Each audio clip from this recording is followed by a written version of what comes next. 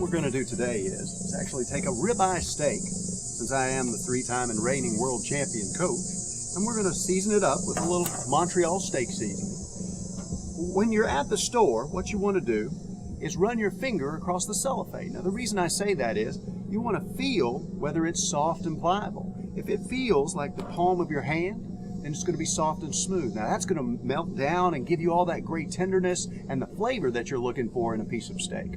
Now if it's bumpy, like the back of your fingers, then you're going to wind up with a little speed bump feel. Now that typically is hard white fat, but with hard white fat also comes cartilage. And that's what my grandma chews for like half an hour. What we want to do is very simply find those soft white fats in the major portions of the meat. Now you'll see this ribeye has a cap on it. I love this piece of meat. It's absolutely tender. I'll even have the butcher cut this off. Maybe at Porter Road you could have that done, rolled up with some twine, and I cook that up like a filet mignon. Then I'll have this portion size here where I've got a full steak for my dinner as well. So it makes 2 meals as well. But with this steak, soft white fat, wonderful marbling, terrific look. The beef, it looks healthy and fresh.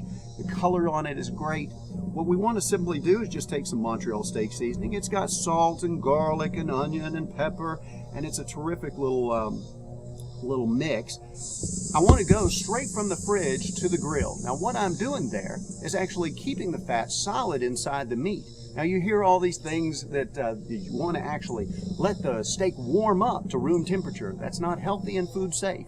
There's no prime steakhouse out there setting out steaks on tables in a big room and warming them up before they cook them for you in the restaurant. What they're doing is going straight from the fridge to the grill to reduce your flare-ups, also reducing carcinogens, making a healthier steak.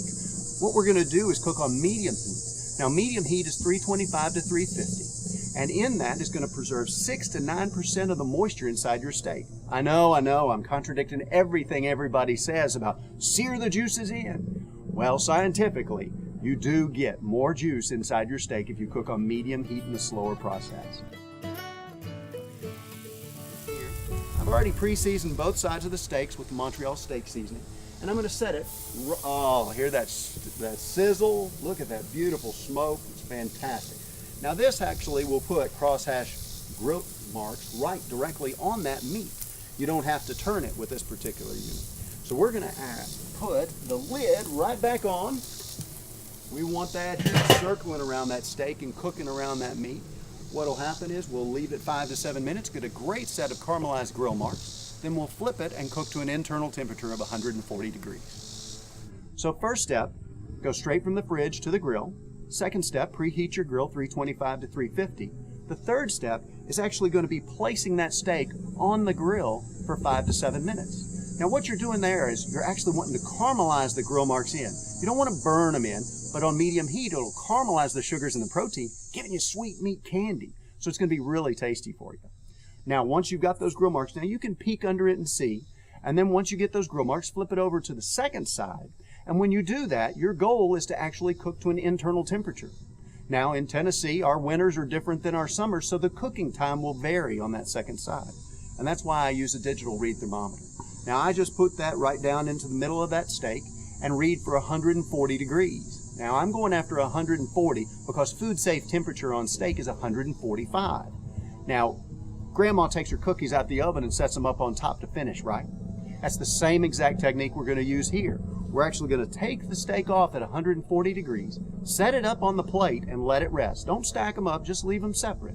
And like we've been hard days work, we've gone to work and we've worked real hard, we've come home, we want to prop our feet up and relax, maybe rehydrate a little. That's what we're going to do with that steak because we've worked it on that grill. All those juices have run to the middle, and what we're going to do is let it relax, and so all the juice will stay in that steak and not spill out on your plate, giving you pink potatoes. Look at all this juice staying inside that meat. Wonderful, wonderful flavors. Terrific.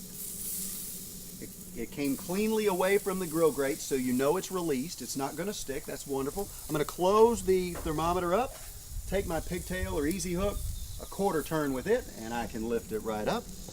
And I'm going to set it on the cutting board and let it rest. Now remember, the reason we're letting this meat rest is because we've worked it on that grill. All those juices have run to the middle. We want it to sit there and relax and let those juices go back out into the outer extremities so that it stays inside the steak. If you ever cut into it too early, it's going to spill out on your plate, giving you pink potatoes. We want to avoid that. So we're going to let it rest for 5 to 7 minutes. What we want to do here is just create a situation where you eat with your eyes and enjoy. So it's coming up on time. We're almost done resting the meat, and I think it's about time to slice in. What do you say? I'm going to grab my knife. Here's a good knife tip. Now with knives, there's different approaches. This is actually a knife we would slice and dice and chop with our vegetables. We do that with this particular knife. What this one is called is a chef's knife. Now I take the chef's knife with my thumb and forefinger on the blade, 3 fingers around the handle. The reason being is it won't turn in your hand. If you hold it back here, it twists if you hit something you're not supposed to. So you want to secure that blade. It also releases the tension on your forearm so you can actually cut longer. For those with carpal tunnel, that's something to look for as well. Now I want to take the steak long ways. You see all these beautiful juices right on top? If you had seared that steak, they would have been boiled out of the outer edges, leaving a drier steak on the outside. So what I want to do is simply take my steak long, oh my gosh, that's just cutting right down in there. I'm going to cut a pinched pinky thickness slice. That's what I'm doing, so it's going to be nice and tender and juicy and velvety. Oh my. Look at that. Beautiful pinkness right in there, food safe, a terrific way to eat steak. Never trust a cook who won't eat his own.